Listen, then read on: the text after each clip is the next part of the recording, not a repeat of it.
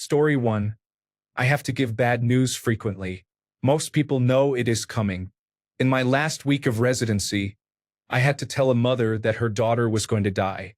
The daughter had been talking the night before and had surgery for a life-threatening problem, and we thought she would survive. Halfway through the day, her vital signs and labs took a nosedive, and it was obvious our efforts had only bought time. We lost her. She was intubated and peaceful, but she was young and had 2 small children. We have all seen the television drama versions with screaming, pounding on the table, and begging for someone to do something. When it is real, it is so much harder. Her mother was crying on the floor, begging me to take her organs to save her daughter. I am not usually emotional, but that day wrecked me. I went to a bar afterward with my attending, and we did not talk. I try not to think about it. Story 2. I had to tell a very young patient that their cancer, which was assumed to be curable with surgery, had actually spread to the brain. It was a rare cancer that seldom spreads and rarely affects younger people. Some people get all the terrible luck in the world. The patient was remarkably stoic, but one of the parents lost it. The tears, wailing, pleading, and breakdown are things I will never forget. The rage against the system, the accusations that I must be wrong, then pleading and tears again. I think it was because I took their hope away. There is no happy ending to this story, but I was the one who had to tell them. Years later, I can still see their face in grief. It is burned into my memory, and it took me a while to accept that trying so hard to forget would dishonor the patient's memory. I am trained to deliver bad news and do it regularly. This is one of the few cases that utterly broke me emotionally. My supervisor saw my reaction, sent me home, and told the department I would be off for a few days. There are always those cases that stick with you forever. Story 3. I am an emergency room doctor. I just had a young woman die of a drug overdose. She was only 22. Her brother arrived while we were performing chest compressions. We had done everything, and there was no way to bring her back. I asked if he wanted to be in the room when we stopped resuscitation, and he said yes. His reaction was heartbreaking. He screamed and cried, then picked up her body and whispered in her ear that he loved her so much and that she was his best friend. He held her and kept saying he loved her. All the staff had to take a moment. I have been doing this for 8 years, and that was one of the saddest, most heartbreaking things I have ever seen. I will never forget them. Story 4. We told an older patient that her liver cancer was not operable and that she was not eligible for locoregional radiation or palliative chemotherapy because her liver function had deteriorated so far. There were simply no more options. Her husband was in the room when our team delivered the news. After we said it, they held hands, rested their heads on each other's shoulders, and began to cry. At that moment, I no longer saw them. I saw myself and my wife. I barely held it together in the room. I do not know how I made it through the rest of the day without breaking down. When I got home, my wife was not there yet, but I badly wanted to see her. I sat and cried for a while. Story 5. I worked in an internal medicine office and had to tell a patient that his test for the human immunodeficiency virus was positive. I asked the medical assistant to get me as soon as he checked in so he would not have to wait long in the exam room. When I opened the door, he smiled and said, "I think I know what you are going to tell me." I nodded, and he put out his arms for a hug. He cried and we hugged. That was in 2016. I have retired from the clinic since then. He connected with me on social media. His viral load is undetectable, and he has a new job that he loves. Story 6. When I was a resident training in the pediatric intensive care unit, I cared for a family whose 3 sons were in a horrible car crash. One son walked away with a broken arm. The other 2 were admitted with severe injuries, and I was assigned as their primary medical provider. After a few days, it became clear that one would survive, but the other would not and was declared brain dead. I remember sitting down with the family to discuss next steps because they wanted to withdraw life-sustaining treatment. The mother stopped me, hugged me, and said it was okay. She said, "We want to donate his organs before we withdraw life-sustaining treatment." The day he was born, I knew I had to name him Valentino so he would have a big heart, and now he can give that heart to someone who needs it. I have never cried as hard as I did when they wheeled him to the operating room for organ procurement, and I still tear up to this day. Story 7. In my first year as a doctor, a patient had an abrupt, very unexpected cardiac arrest and died shortly after. We had just discussed starting a new round of chemotherapy the next day. He had been laughing and spending time with his family in the room not 30 minutes before he passed. It was the kind of experience that shook me and made me consider leaving medicine because I did not know if I would ever trust myself again. I lost control and spent 15 minutes crying uncontrollably in a stairwell before I could bring myself to go to the family waiting room and tell them. When I arrived, they said they had already figured out what had happened. They were sad but thanked me for making his last day a happy one and hugged me. I slept on the floor that night from exhaustion. Their reaction was the only reason I was able to get up in the morning and return to work. It has been years, but I will never forget him or that day. Story 8. I am not a doctor but worked as a medical scribe. I accompanied the provider into patient rooms and documented the patient's story. A man was diagnosed with very advanced cancer on an outpatient positron emission tomography scan. His oncologist told him to go to the emergency room, so another clinician had to deliver the news. I watched the otherwise composed clinician take a 15-minute break afterward to cry because the man said something like, "I am so thankful you were here today to help me, and I am sorry you had to be the one to tell me this." Story 9. A 16-year-old girl came in. She had a rare childhood thyroid cancer that she had beaten and that left no residual symptoms until she came to me for her weekly exercises. I am a physical therapist and was filling in as a floater for the day. She was not my patient. She mentioned she had been feeling a deep, achy bone pain at night. While assessing her, I noticed some newly found painless lumps and nodules. Somehow this was not caught by her previous provider. After I explained what was going on, you could instantly see the click in her head. We looked at each other silently. There was an intense emotional silence, and tears welled up. She thanked me and I sent her to her oncologist. She had stage 4 thyroid cancer and knew she did not have much time left. I was 26 years old at the time and terrified, being so new in the field. Suddenly I knew exactly what to do, and I still think about her to this day. That memory is forever engraved in my head. Edit. I woke up and did not expect so many likes. I have been working overtime the last 2 days, so it will take me a minute to reply, but I will address the questions. Story 10. Just because this thread is a bummer, I'm going to tell a flip-flop story. I was with my mom when her oncologist told her that her aggressive metastatic cancer, which initially had a low survival rate, was responding incredibly well to treatment and she was on the road to remission. The reaction from her and me was huge. He quickly excused himself, but I could see tears of joy in his eyes. He had been her oncologist for almost 20 years and had literally watched me grow up. He was an amazing man who cared deeply for his patients. Story 11. Relief. While I was on a palliative care service during residency, a patient who knew her cancer had recurred was hospitalized with complications. The palliative care team was consulted to discuss goals of care. The attending physician I was with was the first to sit down with her and explain that she was on a fourth-line chemotherapy regimen. Even as a first-line treatment in the best case, the medications she had been offered had only a 30% chance of extending her survival. Hearing that allowed her to give herself permission to decline further chemotherapy and instead focus on spending time with her family. It was a very emotional visit. She repeatedly thanked the palliative care doctor for telling her directly what to expect. Story 12. I am a pediatric oncologist and I have seen the full range of reactions. Here is a story about a reaction I never saw. When I was a first-year pediatric oncology fellow, I spent 2 months on the oncology consultation service. That meant I was the fellow on call to evaluate all patients with a potential diagnosis of cancer who came into the hospital. For example, a child with low blood counts and bruises seen in the emergency department, or a patient on the orthopedic service with an unexplained fracture and a suspicious lesion on X-ray. Once you helped make the diagnosis of cancer, you either admitted the patient to the hospital, where the fellow running the inpatient oncology service would take over, or you arranged for them to come to the oncology clinic and be assigned to a different oncologist. You were often the first point of contact, but in many cases you did not end up as the patient's primary oncologist. You just moved on. One night I was called to the emergency department to evaluate a child with symptoms consistent with leukemia.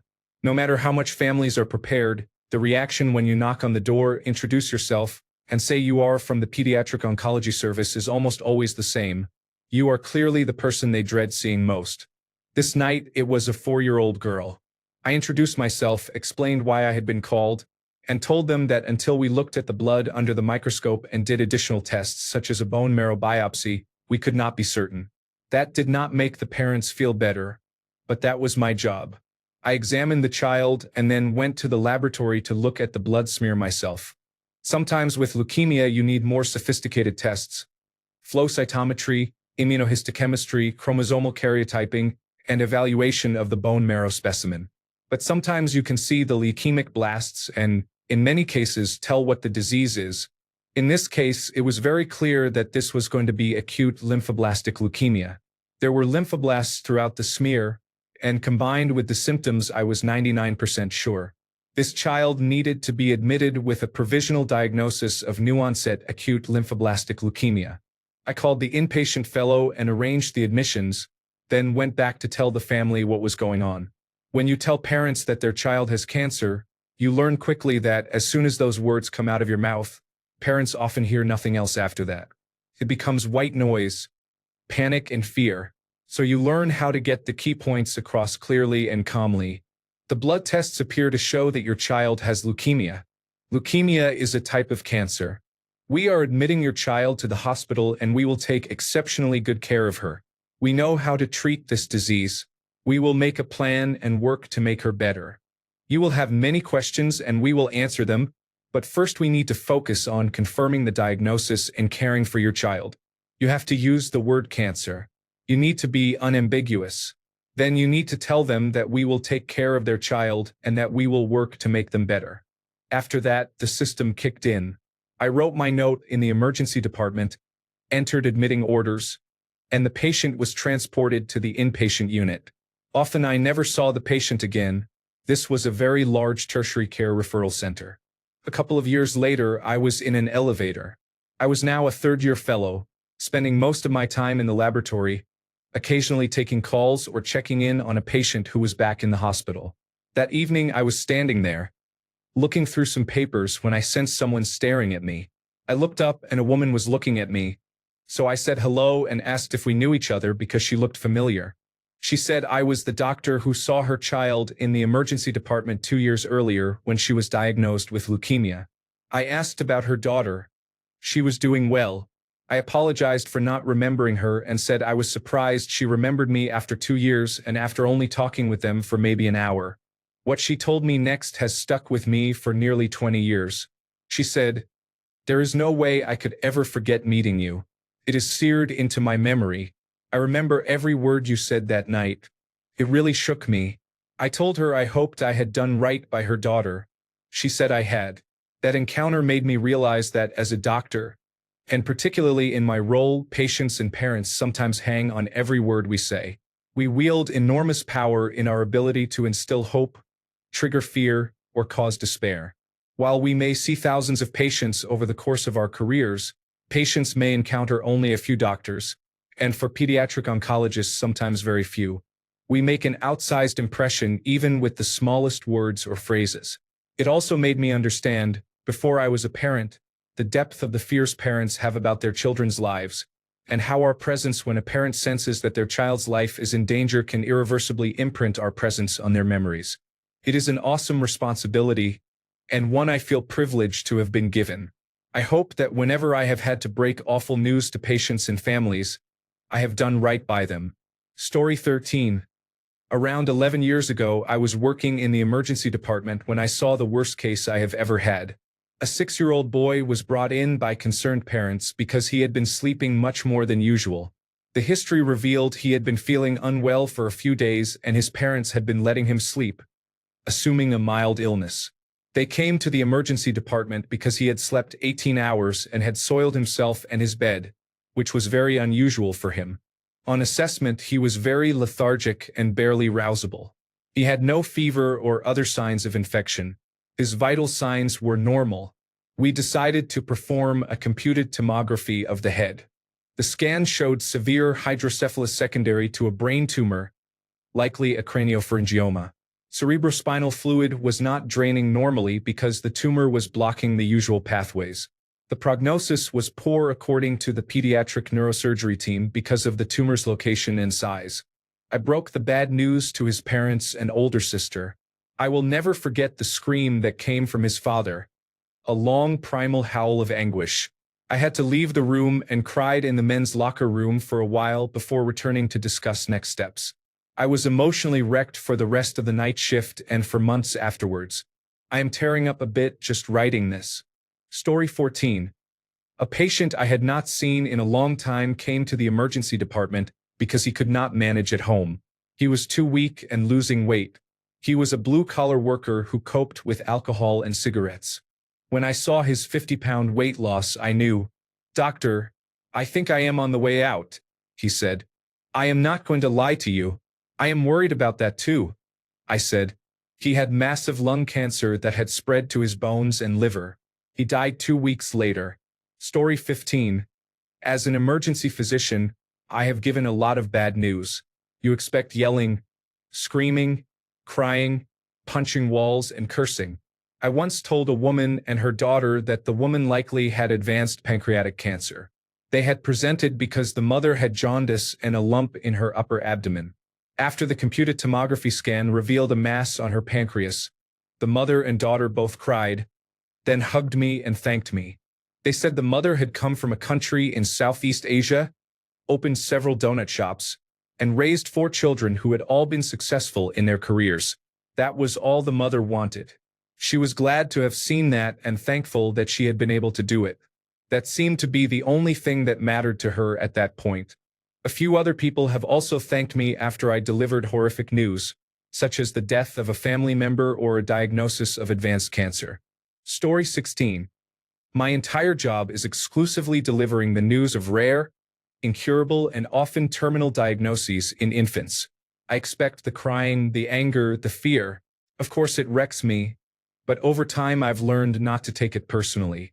Someone has to deliver that news, and I'd rather it be someone with the training and experience to do so. One case I remember distinctly involved a baby who was born perfectly healthy. As she was being discharged, they took one last set of vitals and found she had profound acidosis. She was airlifted to our neonatal intensive care unit, and within hours we diagnosed her with a rare mitochondrial condition that was universally fatal within the first few days of life. I met with the parents who that morning were about to put her in her car seat to go home, and that afternoon were preparing to bury their newborn. During the conversation, they were tearful but calm. All they could say was how much they loved their child and that they wanted peace for her.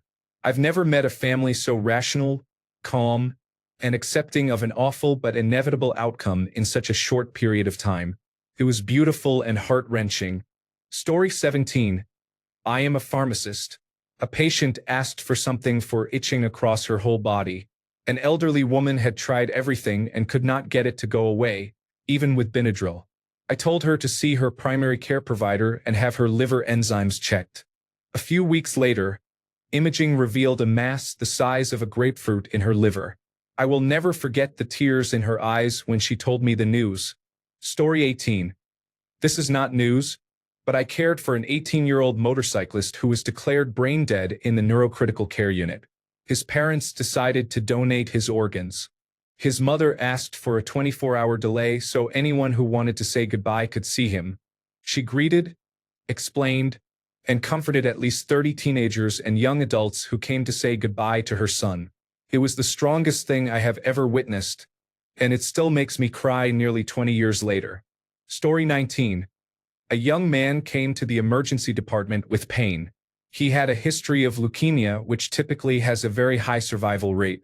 Laboratory tests showed the cancer had returned.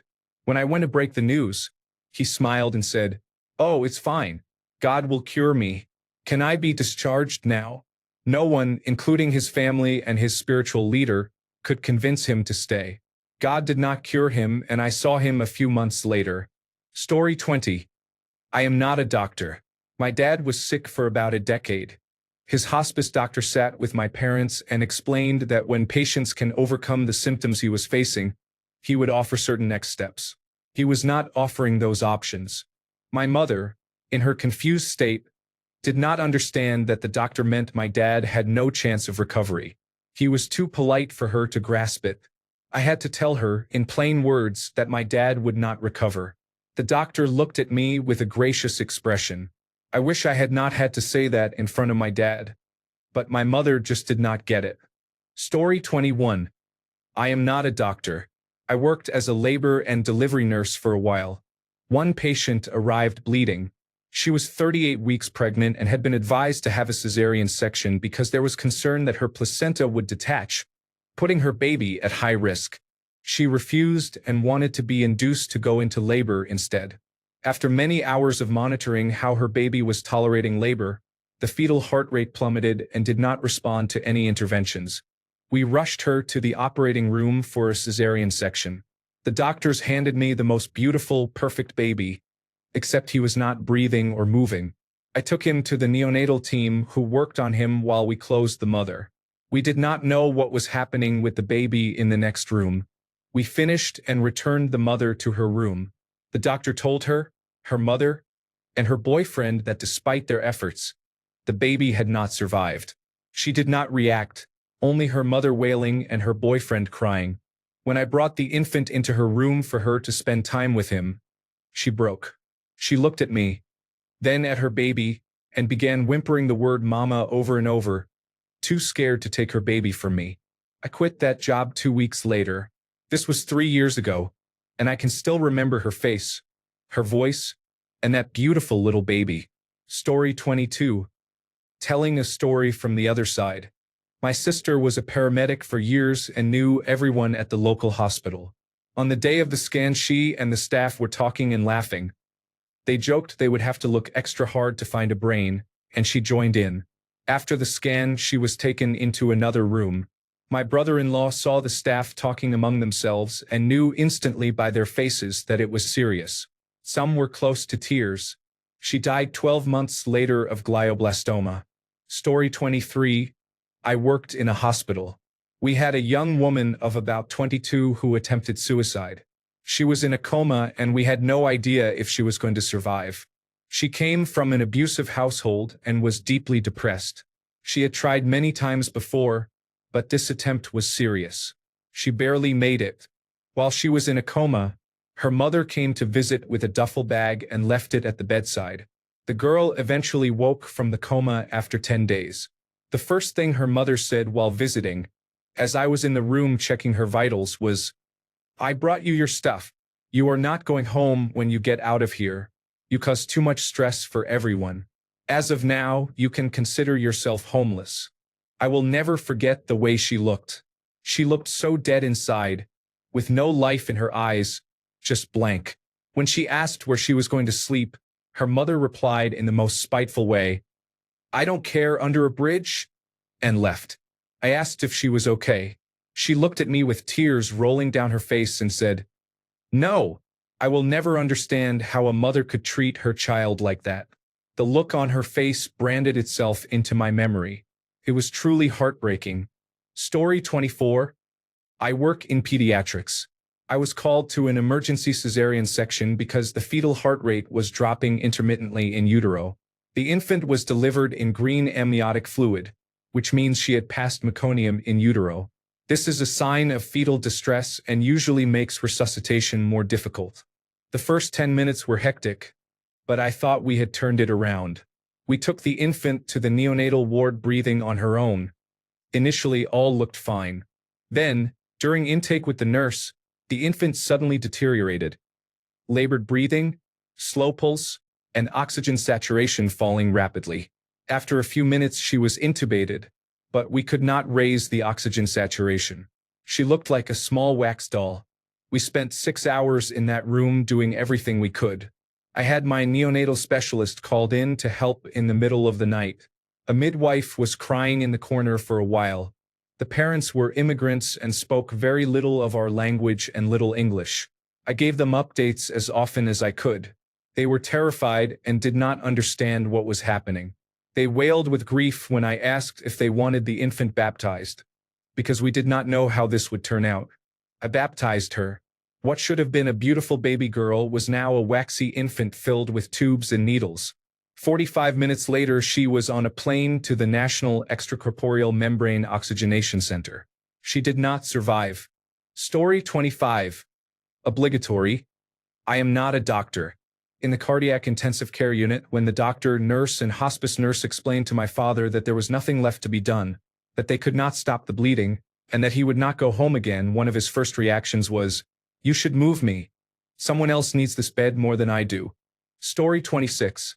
An intensive care unit doctor was called a murderer once after a patient had a massive stroke following heart and aortic surgery.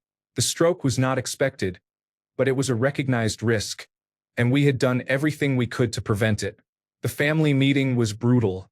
Story 27. As an emergency doctor, you never forget the wails and screams of parents sobbing over their deceased child. It will break you. I have delivered bad news hundreds of times, and the few times I have told parents that there was nothing more we could do and that their child had died, I still have tears in my eyes just thinking about it. Story 28. I had a patient about 80 years old who was terminal and whose body was failing quickly. Her daughter, about 60 years old, brought her to the hospital because she was sure her mother had pneumonia and needed antibiotics, and that her mother would rally any minute and walk out of the hospital in a few days. Chest x-rays showed the lungs were completely full. The daughter had been dutifully feeding her mother, but because the mother was already entering the dying process, she could no longer swallow properly, and her lungs were full of pureed food. I spoke with the son-in-law to understand the family dynamics so I could better support the daughter through what was going to happen any day now. The mother and daughter had never lived apart. The mother had gone on the honeymoon with her daughter and her daughter's new husband, and then moved in with them. This grown woman, who had a child and a grandchild of her own, could not process that her mother was dying and would no longer be in her life. I was there when the patient passed away, and I called the family to notify them. The son-in-law was driving the daughter to the hospital. When she arrived and I escorted her to the patient's room, I had never heard such a wail of grief. The family, her husband and her daughter, were at a loss for how to help her because she was inconsolable. Nothing in nursing school prepares you to hear someone wailing and begging her mother not to leave her. I was 6 months pregnant with my first and ended up crying in the break room while we waited for the daughter to be able to leave the patient's room and go home with her husband and daughter. My charge nurse comforted me and helped me put myself back together enough to go back out and finish my shift. Story 29. I am not a doctor. I took care of an elderly parent who had a ruptured aortic aneurysm. I told the daughter they were in good hands and that we would do everything we could for her parent. It was chaotic. The parent went into cardiac arrest before we could start surgery, and the cardiopulmonary resuscitation we were performing only increased the internal bleeding. After 40 minutes, they were pronounced dead. The doctor called the daughter to tell her. She lived 2 minutes down the street and was on her way to the emergency room. The doctor did not wait for her. I met her in the lobby and hugged her while she cried. I then walked her to her mother. We had cleaned her up and taken her to a viewing room. A few hours later, my water broke. My daughter's birthday makes me think of that patient and her daughter. I hate bad endings. Story 30. Before medical school, I worked as an operating room technician. One morning, we had a tragic case from a car accident involving a woman who was 38 weeks pregnant. The impact ruptured her uterus and the baby died. The father had missed his ride to work that morning and had to wake his fiancée to drive him. She was struck broadside right after dropping him off. He blamed himself completely for the accident. I was tasked with bringing the mother from the emergency room to the operating room and then escorting the family to the surgical waiting room. The father had been trying to stay stoic and strong the whole time, right up until the moment the doors closed and the family could no longer follow. I have never in my life seen a man collapse the way he did in that moment. That was almost 20 years ago, and I can still hear the pain and guilt in his sobs. I ended up helping with the surgery to remove the infant and repair the organ damage. Later, I was in postoperative care, checking the mother's vitals when she woke and began stirring. She had been pretty badly off before surgery, so we were not completely sure she understood that the pregnancy was lost. She asked me if I had been in the room during the surgery. I told her I had. Then she asked me if I had seen her baby and what he looked like. That was when I lost it. I told her he was beautiful and I cried with her. Story 31. I am a paramedic. A year into the coronavirus disease 2019 pandemic, a patient was on the phone with his daughter telling her he could not breathe. His daughter called emergency services. By the time I arrived, he was dead. We could not revive him. I called his daughter. She was devastated and kept saying she had just been talking to him. Around the same time, a woman who had been diagnosed with coronavirus disease 2019 a few days earlier was extremely short of breath. She asked to get her phone charger before we left. We did everything we could. She was on a continuous positive airway pressure mask, and while we were unloading her, she pleaded, "Please do not let me die." I told her I would try, but she had to keep the mask on. She was not looking well. She began to cry as the seriousness set in. We moved her from our stretcher to the hospital bed. The staff pronounced her dead after about 20 minutes. An elderly woman in a bedroom to the left was in her 80s and lying lifeless while her daughter sat with her. I asked the daughter to leave the room so I could evaluate the patient. I briefly hoped for a shockable rhythm, but there was none. I performed a few interventions, and when there was a pause, I went to update the daughter.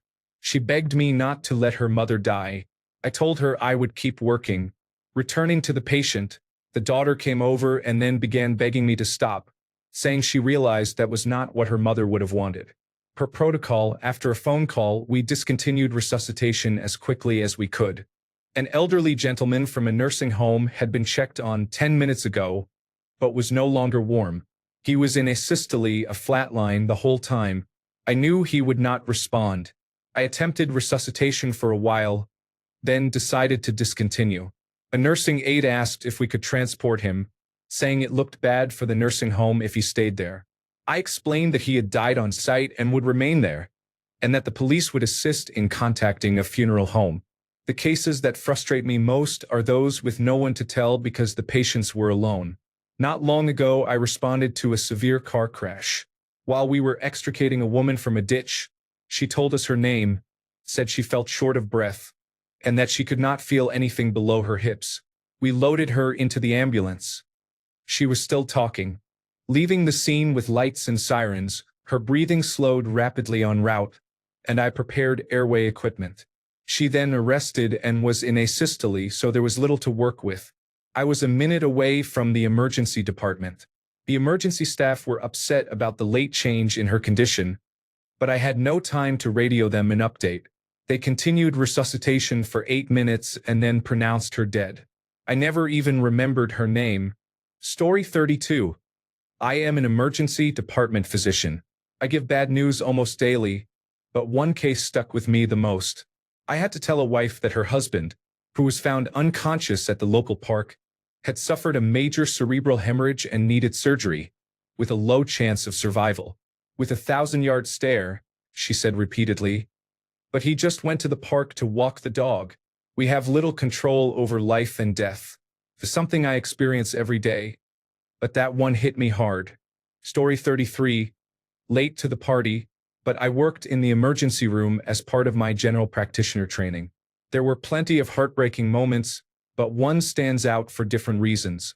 I was seeing an 86-year-old woman when a chest x-ray done for an unrelated problem revealed a massive lung tumor. When I went to tell her the news, her first reaction was, "Oh, honey, that must be so difficult, to have to give people that kind of news." She was a very sweet woman, and what stayed with me was that she was thinking of others even in that moment. Story 34. We all carry graveyards. Many are punctuated with the wail of anguish that comes from a mother who has just been told. It sticks with you after the first one, and you know exactly what it is when you overhear it. By contrast, I recently cared for a teenage woman who had been declared brain dead after a surgical complication. Her father had spent the entire night in a dark room, praying with one hand on hers. He was the only one there when her body began to give in overnight, and I had him call everyone else. 15 minutes later, I watched her heart stop on the monitors from outside the room. I went in, put a hand on his shoulder, and told him that she had just passed and that I was so sorry. He nodded and said thank you before returning to his prayers. That will stick with me for its eerie calm. Story 35. Mine was early in my nursing career. I worked in the emergency room. We had a 2-year-old come in who choked on a cherry pit. The pit lodged so deep in his trachea that there was no way to save him. We worked on that child for over an hour because even the doctor did not want to give up. It was the father's reaction that haunts me. He dropped to his knees in the middle of the hallway and wailed. I remember going into the nurse's break room and joining my coworkers, and we were all crying. Story 36. My mother had a massive stroke while on a road trip with my father. I flew out that day and stayed with her. She was in a coma but responsive for the first 2 days when I held her hand. The doctor came often to check on her and give us updates. As the days passed, my mother became more and more unresponsive, and the doctor came less often. My father and I knew what that meant. He would make his rounds and skip our room in the emergency room. It was heartbreaking, but we understood because there was nothing more that could be done. After a little more than a week, a resident physician and a nurse told us that her chances of survival were poor and that even if she recovered, she would never be the same. We made the difficult decision to let her go, and we watched my mother take her last breath. Friends and family had sent us flowers, but we were on the opposite side of the country and could not take them with us. One of the nurses on duty said that the flowers were beautiful and that she would love to take them home. I miss you, Mom. Story 37. I have several that really stick with me. I will tell the least sad one. I was on my neurosurgery rotation. We had a patient who came in for a 2-part surgery. Part of her brainstem was herniating downward and compressing her spinal cord, causing symptoms throughout her body and recurrent nausea and vomiting. It had been going on for years, and she was extremely excited to have finally lost enough weight to undergo the surgery. Her whole family was there to see her off. The last person to say goodbye was her giant of a husband, 6'8" and about 350 pounds of muscle. There was a lot of love exchanged in that moment and a lot of hope. We began the arduous first part of the operation, which lasted 14 hours and was overall a success. She tolerated it well. She was kept under general anesthesia and remained intubated because of the recent trauma. Plans were to continue the second part of the surgery in 2 to 3 days after she had recovered a little and her swelling had gone down. Unfortunately, at some point in the next 24 hours, she had a dramatic increase in intracranial pressure. Due to a miscommunication among the nursing staff, she was not evaluated until the morning, by which time she had already progressed to brain death. My attending and I performed the evaluation and confirmed brain death. He instructed me to gather her husband and a family member close to him to deliver the bad news. After pulling him into a counseling room and explaining what had happened, this gentle giant proceeded to throw a chair into a wall. The chair was embedded 4 feet up and was halfway through to the other side. He then collapsed, screaming and sobbing. It took me another 20 minutes to coax him into his wife's room, where he knelt by her side and cried for 4 hours.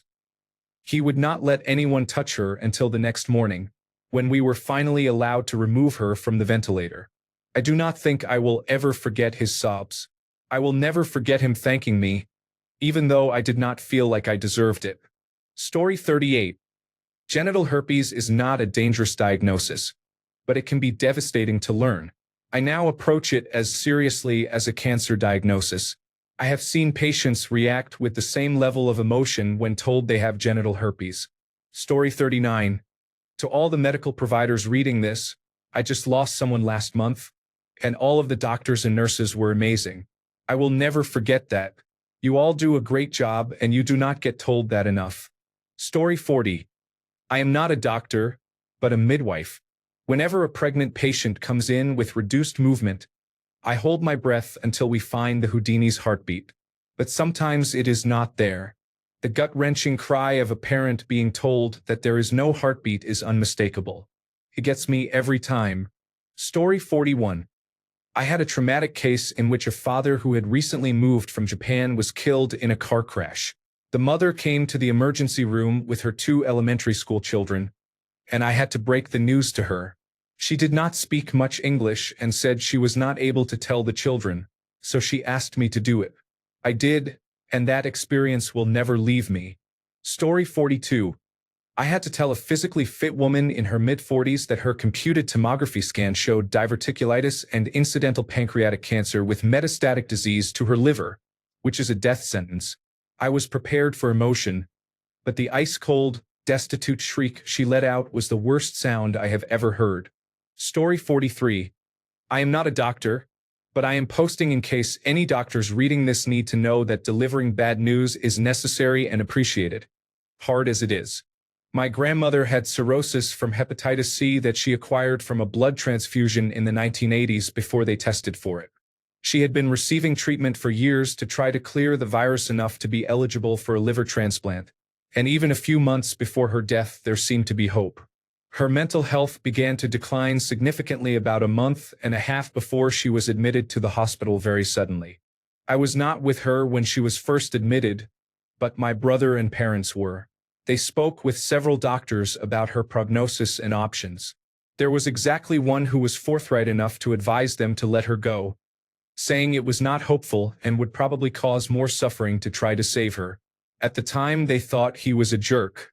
By the time she died, they all wished they had listened to that doctor and were thankful he had said what he did, and felt bad for thinking ill of him. She was in the hospital for about a week, if I recall correctly, and was unconscious and under anesthesia for most of it. I was there for the last 2 or 3 days when I swapped shifts with my parents. Every medication they gave her to treat one problem had an adverse effect on another part of her body, and that would require another medication that also had adverse effects. So many intravenous lines and machines were connected to her in that small room. By the end, she did not look human, much less like herself. Swollen and bruised with fluid oozing from parts of her body. I feel bad for the doctor who finally told us that the things they tried had failed and she was essentially already gone. My brother, my sister-in-law at the time, and I were a mess, especially my brother. We were allowed to be with her as the support was turned off. The effects on her body were so drastic that we could not have an open casket funeral, which shocked my parents because she had not been in that state when they left the hospital. My family has always felt we owed that one doctor an apology and a thanks. He had our best interests in mind, and listening to him would have saved a lot of trauma. The only consolation is that my grandmother would have wanted any slim chance to live, so her wishes were honored. Still, that doctor's approach would have been overall kinder despite the immediate harshness of the news. I hope to have doctors who will give news like that even when it is cold and hard and not met with thanks.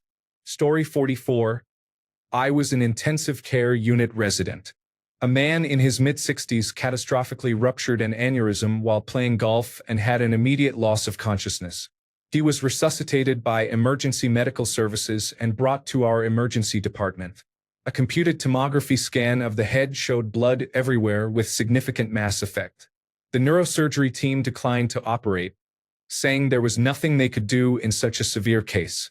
I had to tell his wife and their daughter and son, who sat on either side of her, that he would never wake up. His children were in their late 20s.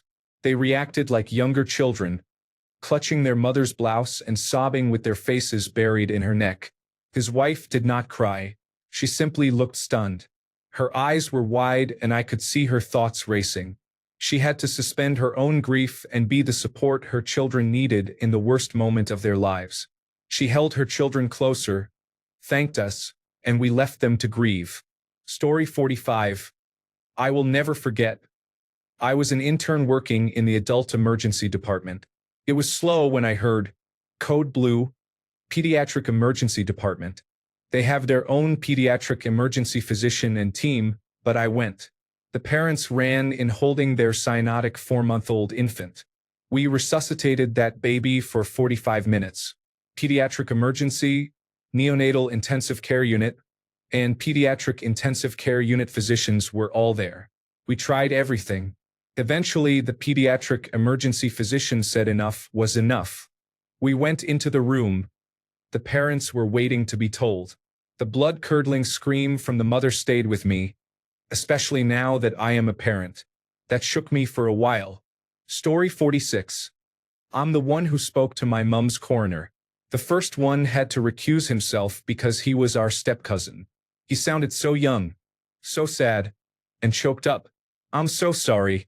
She was so young and had so much life. This isn't supposed to happen. It shouldn't happen, and I'm so sorry. She was too young. I didn't expect that kindness and compassion from him, but he was so kind and I remember him to this day. Story 47. This might be the wrong place to share this, but after reading many of your experiences, I felt a strong urge to share mine. This is not about breaking the news. I am not in healthcare. I am an excavator driver. A couple of years ago, I worked on a project renovating an old hospital. As part of the renovation, the outside basement walls needed insulation and proper drainage. The landscaping was redone as well. Right next to the hospital was a hospice for children. Working there for months was heartbreaking. I would see families arrive and, weeks or months later, watch parents leave without their child. I saw the hearses that came to pick the children up. I remember one boy especially. He and his mother were sitting by the fence watching me work. One morning when I was outside the machine, I apologized for disturbing the peace and quiet. The mother said not to worry. They understood I did it out of necessity, not choice. The boy really liked watching the excavator. If he had been well enough, I would have let him climb into the cabin with me to try the controls. He was too sick to stand or walk, but I took time to explain how the excavator works, what the sticks, the thumb and finger rollers, the buttons, and the pedals do. They spent a long time every day just sitting at the fence watching me work. Then one day they were gone. From where I was sitting, I could see into the room and saw no one there. I spoke to a staff member, and she told me he had passed during the night. He had seemed okay the day before, waving several times. I thanked her, got back into the excavator, and then broke down. I cried for about 20 minutes. After that, I just wished for the job to be over. I did not want to be there anymore. Fortunately, the customer stopped paying my employer, so we stopped the work early and I moved to another project. Thanks a bunch for sticking around till the end of the video. Remember to subscribe, and until next time, stay awesome and goodbye.